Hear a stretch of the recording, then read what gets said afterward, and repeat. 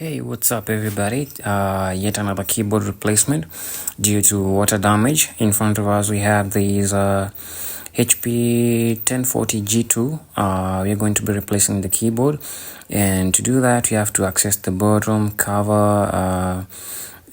So because the keyboard is held down at the bottom and by around 2 or 3 screws, so you're going to have to take out the bottom cover to access the screws so that it can pop the keyboard right out.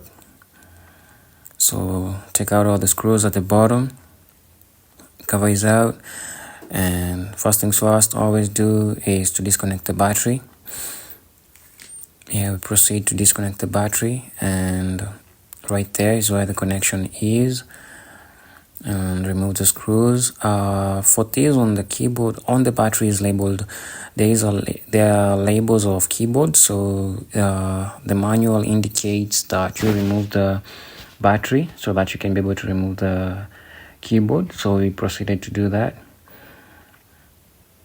Sometimes HP leaves you clues so that you don't get stuck. It's a normalcy for these 1040 G2, G1, G2 and G3. They are built differently. Like, look at where the screws are hidden for the keyboard, right together with the screws for the fan. Like, it's quite funny. And the connectors are inside, and this one was a keyboard that had backlight too, so we took out the backlight.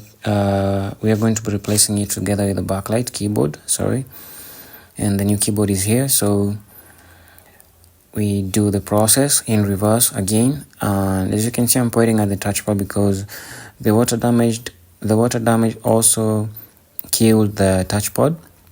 For this laptop, the touchpad also doesn't work. The touchpad and the keyboard, besides the motherboard, also don't like water, so the touchpad also failed. But for this repair, we were only doing the keyboard replacement, and the keyboard that we replaced with also had backlight, so the owner was going to have a similar experience. So we close down the two screws that are next to the fan, and we connect back the battery, the screws. Some of the screws that hold down the battery also support the keyboard, so I guess that's why they had indicated that you need to remove the battery first before you can, so that you can be able to remove the keyboard. So we proceeded to do the same. So a bit of closing up so that we can proceed to test the keyboard. The machine has booted up quite fast, and a bit of blowing. The fans had a bit of dust, but not that too much. So we proceeded to do the normal keyboard test each and every key if it's working, the backlight is working, and the machine was a success. It was a fix. See you guys.